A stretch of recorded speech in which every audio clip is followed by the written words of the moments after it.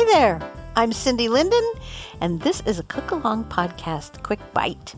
A couple of weeks ago, I made you a promise to present Korean corn cheese. So here I am. We're going to do this together. Again, it's something that's so easy we don't have to cook it. I'm just going to tell you what to do.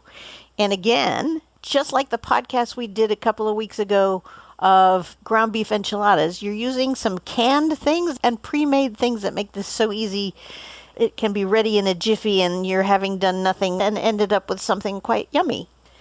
Korean corn cheese is a combo of sort of Korean and American things smushed together. It's what the Korean people call a banchan, which is a side dish. It's another word for side dish. And I had suggested you might want to try it with the ground beef enchiladas. I don't know if you want to get that much cheese in your diet, because there is a cheese in here. But this is a side dish you can put together very quickly and use for so many things. Anything you would serve corn with. And it has the smell and the feeling of comfort food. It tastes cozy. This recipe will make you smile. It goes with anything. Even your kids will like it. What you need for this is one can of corn. You need a little chopped red bell pepper, probably a quarter of a cup, which is very little. It's not a lot of bell pepper. It's like just slice off the bottom and chop that up and you got what you need. You need 3 tablespoons of mayonnaise. And you don't want to substitute salad dressing, Miracle Whip kind of stuff for that. You want real mayonnaise because the eggs in there help bind things together and because the salad dressing stuff has too much sugar in it. And we're going to add our own sugar. That's a teaspoon of granulated sugar, a quarter of a teaspoon of kosher salt, or maybe a little bit less than that of regular table salt or sea salt. Don't use the kind with iodine in it. An eighth of a teaspoon of black pepper, and a tablespoon of unsalted butter. And if you don't have unsalted butter in the house, just use your regular salted stuff and cut back on the salt even a little bit further that you added before. You want, here's the fun part, 3/4 to a cup of shredded mozzarella cheese. Yep, can't go wrong with that list of ingredients. And then a scallion, or in other words, a green onion. This comes from New York Times Cooking by Darren Kwok. Gosh, I feel like I ought to say something in order to stretch this out, because otherwise this could be the shortest podcast I've ever done. But here's what you do. You're going to need an 8-inch cast iron or some kind of oven-proof skillet, because we're going to start on the stovetop and move it into the oven. In your oven, turn on your broiler so it can heat up. In a medium bowl, you're going to drain the corn and put just the corn into the bowl.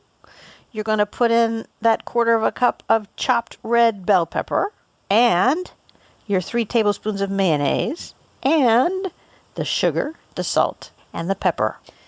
Then you're going to take your cast iron pan. Doesn't have to be very big. 8 inches is really a small one. I don't even have one that small. I think mine's a 10. And it doesn't really matter because you're just going to cook it until it looks right. So you can take it out whenever it's done. It's not going to really affect anything if your cast iron pan is bigger or even smaller. But you don't want it huge or your corn is going to be really dry.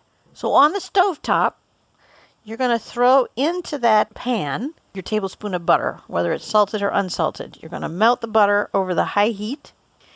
And then you're going to put in all that corn mixture and just saute it until it's kind of warmed through. Maybe a couple of minutes. It won't take very long, especially because you've got the pan turned up to high. It's going to heat up pretty quickly. And we're not trying to cook it. We're just warming it up. In fact, it's already cooked. It was cooked when they put it in the can. Then you take the pan off the heat, spread that out in a flat, even single layer, and then you put the cheese on top. That's it. Then you're going to stick the skillet on the rack right up by the broiler in your oven and cook it. And keep your eye on it. All we're doing here is really browning the cheese, which is why we warmed the corn ahead of time, because the time it takes to brown the cheese under the broiler in the oven is so short that the corn won't even get hot in there. What you're looking for is for the cheese to turn kind of golden brown in some spots. It could take 2 to 4 minutes, depending on your oven and how hot it gets. It's okay to leave the door open just a little bit so you can see, because that actually prompts the broiler to keep working, to stay hot. If it thinks it's not hot enough because there's cool air coming inside, it will get even hotter. So that can be useful. Don't let it burn. When it starts to turn kind of brown and it looks so good that you really want to eat it, get your oven mitt and pull that pan out of there.